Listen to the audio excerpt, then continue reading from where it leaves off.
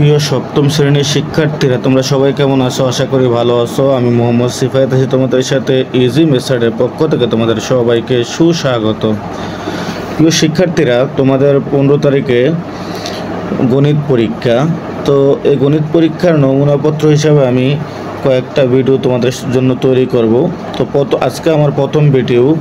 তো এই প্রথম ভিডিওতে আমি তোমাদের কি গণিত বইয়ের কোন কোন অধ্যায়গুলা রয়েছে পরীক্ষার মধ্যে সেগুলো নিয়ে আলোচনা করব, এমনকি যেগুলো আসার সম্ভাবনা খুব বেশি ওই বিষয় নিয়ে তোমাদের সাথে আমি আলোচনা করব। তো দেখো, আমি যদি তোমাদের প্রথমে দেখাই যে তোমাদের এখানে সূচকের গল্প নামে একটা অধ্যায় আছে। এই অধ্যায়টা তোমাদের পরীক্ষায় আছে। বীজগাণিতিক রাশির সূচক এটাও আছে। ভগ্নাংশের গসাগু লসাগু এটাও আছে। তারপরে অনুপাত ও সমানুপাত এই অধ্যায়টাও রয়েছে। আকৃতি দিয়ে যায় চেনা এই অধ্যায়টাও রয়েছে। দেখো, এখানে তোমাদের 5টা অধ্যায় তোমাদের অর্ধবার্ষিক পরীক্ষার মধ্যে রয়েছে।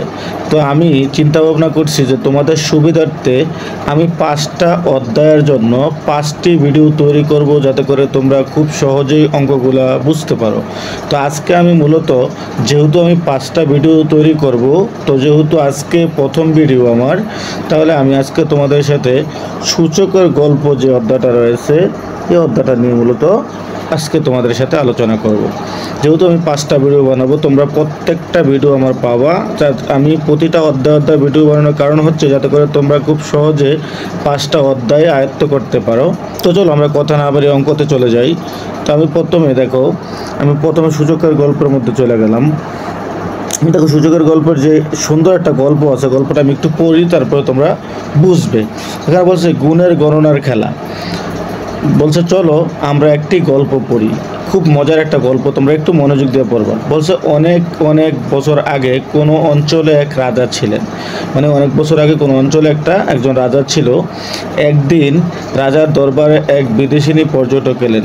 এক বিদেশি পর্যটক একটা রাজার, আমি টোটাল কথাটা বলে ফেলি, তোমাদেরকে এটা পড়ে বোঝাতে গেলে মেলা সময় লাগবে। তো এক রাজা ছিল।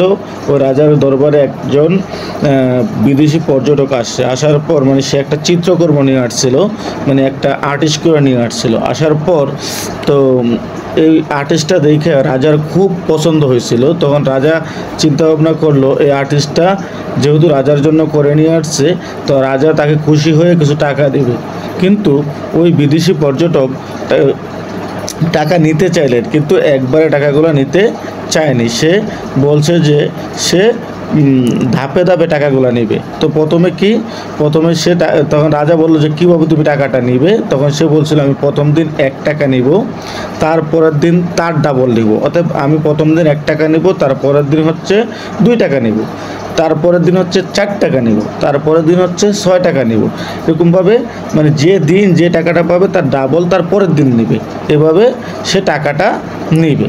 হ্যাঁ, এভাবে সে টানা 50 দিনে টাকাটা নিবে। তো রাজা মনে করলো যে আসলে এটা কোনো ব্যাপার না। তো ঠিক আছে, যখন নাকি এক পর্যায়ে রাজা টাকা দিতে গেল, দেখলো যে না, এই টাকাটা তো অনেক হয়ে যাচ্ছে, মানে দ্বিগুণ, এক কথা প্রতিদিনে দ্বিগুণ হচ্ছে। মানে প্রথম দিন সে 1 টাকা নিলে, দ্বিতীয় দিন সে 2 টাকা নিচ্ছে, তারপর তৃতীয় দিন সে 4 টাকা নিচ্ছে, চতুর্থ দিন হচ্ছে 4-এর ডাবল হচ্ছে 8 টাকা নিচ্ছে, তারপরে হচ্ছে 8-এর ডাবল 16 টাকা নিচ্ছে, তারপরে হচ্ছে 16-এর ডাবল 32 টাকা নিচ্ছে। এরকমভাবে প্রতিদিন মানে তার ডাবল নিচ্ছে, মানে আগের দিন জানি তো তার চেয়ে ডাবল সে নিয়েছে। তো এবার দেখো, আমরা একটু এই জায়গাতে আসি। এখানে বলছে একটা ছক দেওয়া আছে, দেখো তোমরা একটু খেয়াল করো। এই ছকটা কি কাজ দেখো। বলছে দিন, তারপর হচ্ছে গুণ আকারে লেখা যায়, তারপরে হচ্ছে টাকার পরিমাণ। দেখো, সে রাজার কথা কিন্তু এখানে বলছে। দেখো, তো সে প্রথম দিন কিন্তু 1 টাকা নিছিল। 1 টাকা নেওয়ার পর সে প্রথম দিন যেহেতু 1 টাকা নিয়েছে, তাহলে এখানে গুণ আকারে লেখার দরকার নেই, কারণ এককে একই হয় আমরা জানি, এজন্য 1। তারপর দেখো, সে দ্বিতীয় দিন কত টাকা নিয়েছিল একটু খেয়াল করো তোমরা। দ্বিতীয় দিন সে কিন্তু দেখো 1-এর ডাবল, অথবা 2 টাকা নিয়েছিল, তাই না? দেখো 2 টাকা নিচ্ছে। তারপরের দিন দেখো দ্বিতীয় দিন দিন সে কিন্তু 2 টাকা নিছে, 2 টাকার পরে তাহলে তৃতীয় দিন সে কত নেবে, 2 এর ডাবল, তো 2 দুগুণে সে 4 টাকা নিছে। তারপর দেখো 2 দুগুণে সে কত নিল, 4 টাকা নিল। তারপরে দেখো যেদিন 4 টাকা নিছে তারপরের দিন সে কত টাকা নেবে, যেহেতু ডাবল তাহলে 8 টাকা নেবে। তো দেখো চতুর্থ দিনে সে নিচ্ছে তোমার তার ডাবল, মানে এর আগের দিন তৃতীয় দিনে যে টাকাটা নিয়েছে তার ডাবল হচ্ছে সে চতুর্থ দিনে নিয়েছে, তাহলে চতুর্থ দিনে তার ডাবল হচ্ছে 8 টাকা। এবার বলো তো তোমরা, বাদ বাকিটা কিন্তু তারা দেয়নি, তা আমরা একটু বলি। এবার পঞ্চম দিন সে কত নেবে, যেহেতু এখানে চতুর্থ দিনে সে 8 টাকা নিয়েছে, তাহলে পঞ্চম দিন সে নেবে হচ্ছে 16 টাকা। কত টাকা নেবে, 16 টাকা। তাহলে দেখো ষষ্ঠ দিন সে কত নেবে, ষষ্ঠ দিন নেবে সে হচ্ছে 32 টাকা, যেহেতু 16 ডাবল 32 টাকা নেবে। তারপরে মনে করে সে তারপরের দিন কত নেবে, 64 টাকা। কত নেবে, 64 টাকা। তারপরে কত নেবে, তারপরে হচ্ছে তোমার 128 টাকা। তো এরকমভাবে 128 টাকা, এরকমভাবে সে যেদিন টাকাটা নেবে তারপরের দিন তার ডাবল নেবে।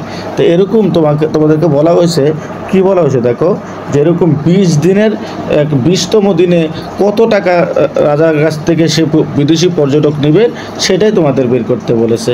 ঠিক আছে, এই জায়গাতে দেখো তারা 4 দিন, চতুর্থ দিন পর্যন্ত তারা বের করে দিয়েছে, তোমরা 20 দিন পর্যন্ত এই ছকটাতে বের করবে, এটা কিন্তু আসার সম্ভাবনা আছে। তো তোমরা দেখো, এরপরে আমরা চলে যাই কাগজ ভাঁজের খেলা। দেখো কাগজ ভাঁজের খেলা আমি কিন্তু তোমাদেরকে খুব দ্রুত বুঝিয়ে দিয়ে যাচ্ছি, তোমাদের যদি কারো বুঝতে সমস্যা হয় তোমরা অবশ্যই আমাকে কমেন্ট করে জানাবা। দেখো কাগজ ভাঁজের খেলা এখানে কি বলছে, এখানে বলছে দেখো খুব মজার একটা জিনিস, কিন্তু একইভাবে এখানে কি বলছে দেখো, কাগজ ভাঁজের খেলাটা কি বলছে, কাগজ ভাঁজের খেলাটি খেলার জন্য নিচের ধাপগুলো অনুসরণ করো। আচ্ছা দেখো, তুমি A4 সাইজের একটা কাগজ নেওয়ার কথা বলছে।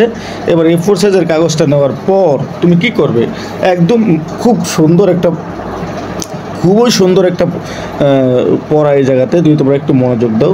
দেখো বলছে কি, 1 নম্বর A4 বা বড় খাতার মাপের একটি কাগজ দাও। ঠিক আছে, আমরা নিলাম একটা কাগজ।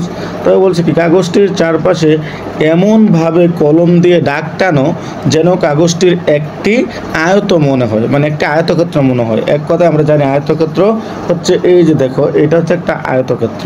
তাহলে তুমি এমনভাবে দাগ টানবো যাতে করে কাগজটি একটা আয়তক্ষেত্র মনে হয়। ঠিক আছে, তা আমরা আমরা করলাম। তারপরে বলছি কি দেখো, এখন কাগজটিকে সমান 2 ভাবে ভাঁজ করো এবং ভাঁজ বরাবর কলম দিয়ে দাগ টানো। দেখো এই জায়গাতে এই কাগজটাকে এই জায়গাতে আইসা সমান 2 ভাগে ভাগ করছে। ভাগ করার পর মাঝখান দিয়ে একটা দাগ টানছে। তাহলে কটা পার্ট হলো বলো তো, উপরে একটা অংশ হলো আর নিচে একটা অংশ হলো। তাহলে 2টা অংশ কিন্তু আমরা যখন নাকি আমরা প্রথমে 2 ভাগে ভাগ করলাম তখনই আমরা কি পাইলাম, 2টা ভাঁজ পাইলাম, মানে 2টা অংশ পেলাম। দেখো খুব মজার অঙ্ক। তারপরে বলছে কি দেখো, 4 নম্বরে আমাদেরকে কি বলছে, আগের ভাঁজটি ঠিক রেখেই আবার কাগজটিকে 2 ভাবে ভাঁজ করো। মানে বলছে যে এই যে অবস্থাটা ছিল, যে এই অবস্থায় যে ছিল, এই ভাঁজটা ঠিক জায়গায় কিন্তু আবার 2 ভাবে ভাগ করতে, মানে ঠিক মাঝখানে, এই মাঝখানে দিয়ে 2টা ভাগ করতে। দেখো ভাগ করার পর এই অবস্থানে আইছে। তাহলে দেখ, এখন তোমরাই বলো তো এখন কতটা পার্ট হয়েছে। এবার তোমরা আশা করি তোমরা এই ব্যাপারটা বলতে পারবা। তো আমি নিচে যাই একটু তোমাদেরকে আরেকটু বুঝাই। তো দেখো এবার আমাদেরকে বলা হয়েছে কি, যে তাহলে আমরা 2টা ভাঁজ করলাম। দেখো এরকম ছিল, এরকম থেকে আমরা 2 ভাগ করে এরকম করলাম। তারপরে এই কাগজটাকে মাঝখান দিয়ে 2 ভাগ করে আমরা এরকম করলাম। তো দেখো প্রথমে কিন্তু দুইটা ভাঁজ ছিল, 2 ভাঁজে আমরা পাইলাম কত, উপরে একটা ঘর নিচে একটা ঘর, মানে 2টা দিক পাইলাম, 2টা ভাঁজ পাইলাম। তারপর এবার দেখো এখানে 2টা ঘর পাইছি, এক কথায় মনে রাখবা ঘর। মনে করো এই একটা কাগজ, আমি তোমাদেরকে একটু বুঝাই। এই একটা কাগজ যদি আমরা নিলাম, নেওয়ার পর যদি এটাকে মাঝখান দিয়ে দাগ টেনে যদি 2টাকে ভাঁজ করি, এই অংশটা যদি একসাথে মিলে ভাঁজ করি, তাহলে কিন্তু আমাদের এই একটা ঘর হবে, এই একটা ঘর হবে, 2টা ঘর। আচ্ছা বলো তো, এইটাকে যদি আবার এই মাঝখান দিয়ে টান দিয়ে আমরা এদিকে ভাঁজ করি, তাহলে কয়টা ঘর পাবো আমরা, 4টা। দেখো 1, 2, তিনটা, চারটা। এরকমভাবে তুমি যতবার ঘরটা ভাগ করবা তার ডাবল পাবা। দেখো প্রথমে আমরা দুইটা পাইছিলাম, পরবর্তীতে এক বাজ দেওয়ার পর আমরা চারটা পেয়ে গেছি। তারপরও যদি আমরা এটাকে দিয়ে আবার আরেক বাজ দিই তাহলে আমরা পাবো কত? দেখো চারটার ডাবল আমরা 8টা পাবো। এরকম তারপরও যদি আমরা আরেকটা ভাঁজ ওইভাবে ঘুরিয়ে দিই তাহলে আমরা 16টা পাবো। অতএব এক কথায় হচ্ছে তুমি যত ভাঁজ দিবা তার ডাবল ঘর তুমি পাবা। ঠিক আছে, তো আশা করি তোমরা এতটুকু বুঝতে পেরেছো। আমি খুব দ্রুত করে যাচ্ছি, এজন্য দেখো এই জায়গাতে তোমাদেরকে কয়েকটা কাজ দিয়ে দিয়েছে, কাজগুলো একটু দেখো এখানে। তাহলে দেখো আমরা প্রথম বাজে কয়টা ঘর পাবো বলো তো? প্রথম বাজে আমরা ঘর পাবো হচ্ছে 2টা। আচ্ছা, তারপর দ্বিতীয় বাজে আমরা কত পাবো বলো তো? দ্বিতীয় বাজে আমরা পাবো হচ্ছে তোমার 4টা। তারপর তৃতীয় বাজে কত পাবো বলো তো? তাহলে তৃতীয় বাজে আমরা 4-এর আবার 2 দ্বারা গুণ করি, তাহলে পাবো হচ্ছে আমরা 8টা, তাই না? তারপরে দেখো চতুর্থ বাজে আমরা পাবো, এখানে তৃতীয় বাজে পাবো 8টা, চতুর্থ বাজে পাবো আমরা 16টা, পঞ্চম বাজে পাবো হচ্ছে আমরা 16 দুগুণে 32টা। অতএব আমরা একটা ভাঁজ দিলে আমরা 2টে করে ঘর পাবো। এটা হচ্ছে তোমার কি কততম ভাঁজ, মানে প্রথম বাজে 2টা, দ্বিতীয় বাজে হচ্ছে আমরা পাবো 4টা, তৃতীয় বাজে পাবো হচ্ছে আমরা 8টা, চতুর্থ বাজে পাবো হচ্ছে আমরা 16টা, পঞ্চম বাজে পাবো হচ্ছে আমরা 32টা। এবার দেখো যদি তোমার ভাঁজটা 3 ঘরের হয়, এবার কততম ভাঁজ? ঘর সংখ্যা হচ্ছে 3টা, তাহলে আমরা একটা ঘর আঁকি দেখি। একটা ঘর আঁকি, আমরা একটা ঘর আমরা এঁকে নিলাম। দেখো এবার আঁকার পর আমি যদি এখানে ঘর সংখ্যা হচ্ছে 3টা, আমাদের 3টা ভাঁজ হবে। 3 ভাঁজের খেলা যদি হয় তাহলে দেখো আমি ঠিক এখানে একটা আঁকলাম, হ্যাঁ, আর এখানে একটা দাগ দিলাম। তাহলে কয়টা ঘর হলো দেখো? এই 1টা, 2টা, 3টা। আচ্ছা, তাহলে দেখো একটা কাগজকে যদি আমরা 3টা ভাঁজ দিই তাহলে আমরা পাই হচ্ছে কি? প্রথমত আমরা পাই হচ্ছে 3 বাজে 3 ঘর, তাই না? তারপর দেখো এবার আর এইভাবে 3টা ভাঁজ দিই, 1টা, 2টা। দেখো তাহলে এখানে পাইলাম একটা, এখানে পাইলাম একটা, তাহলে কত পাইলাম আমরা বলো তো? 3 তিরিকে আমরা 9 ঘর পাইলাম। তাহলে দেখো এবার আমরা যে 9 ঘর পাইলাম, তাহলে আমরা কি বুঝলাম? যে প্রথম ঘরে হবে হচ্ছে আমাদের কতটা? প্রথম ঘরে হবে হচ্ছে আমাদের 3টা, তাই না? তৃতীয় ভাঁজের খেলা এটা, কিন্তু তৃতীয় মানে 3 নাম্বার যদি ভাঁজ দাও, মানে একটা কাগজকে যদি তুমি 3টা ভাগ করো তাহলে প্রথম ভাঁজে পাবো হচ্ছে আমরা 3 ঘর, মানে 3টা ঘর পাবো। দ্বিতীয় ভাঁজে পাবো হচ্ছে আমরা কত ঘর বলো তো? 3 তিরিকা 9 ঘর পাবো। তারপরে দেখো চতুর্থ ভাঁজে আমরা কত পাবো? তাহলে 3 নং 27 ঘর পাবো। তারপর দেখো আমরা পঞ্চম ভাঁজে কত পাবো? পঞ্চম ভাঁজে আমরা পাবো হচ্ছে 3 27, যত হয় কত ঘর আমরা পাবো। তো আশা করি তোমরা এতটুকু পর্যন্ত বুঝতে পেরেছো। এবার আমি তোমাদের নিচে এই সবগুলো তোমরা কিন্তু দেখবা, আসলে অঙ্কগুলো একদম সহজ, হ্যাঁ, তোমরা যদি এভাবে খালি করো তাহলে আশা করি অঙ্কগুলো পারবা। এবার দেখো এই জায়গাতে কি বলছে যে তোমার গুণাকার, তারপর হচ্ছে গুণফল। তো গুণাকার গুণফলগুলো আশা করি তোমরা পারবা, এটা অসুবিধা হবে না। আমি একটু সূচকের জায়গাতে চলে যাই। দেখো সূচক কিভাবে লেখো। সূচকের গল্প যেহেতু আমাদের এই অধ্যায়টা, তো আমরা দেখো সূচকের মধ্যে চলে আসলাম। দেখো একটু যদি তোমরা লক্ষ্য করো এই জায়গাটায় যে এখানে কি লেখা আছে, এখানে দেখো লেখা আছে 10 গুণ 10। তাহলে 10 গুণ 10 যদি হয় তাহলে দেখো আমরা কি করব? 10 গুণ 10 যদি হয় তাহলে আমরা বুঝি যে 10 গুণ 10 দিলে 100 হয়, তো গুণফল 100। তারপর দেখো এখানে কয়টা 10 আছে বলো তো?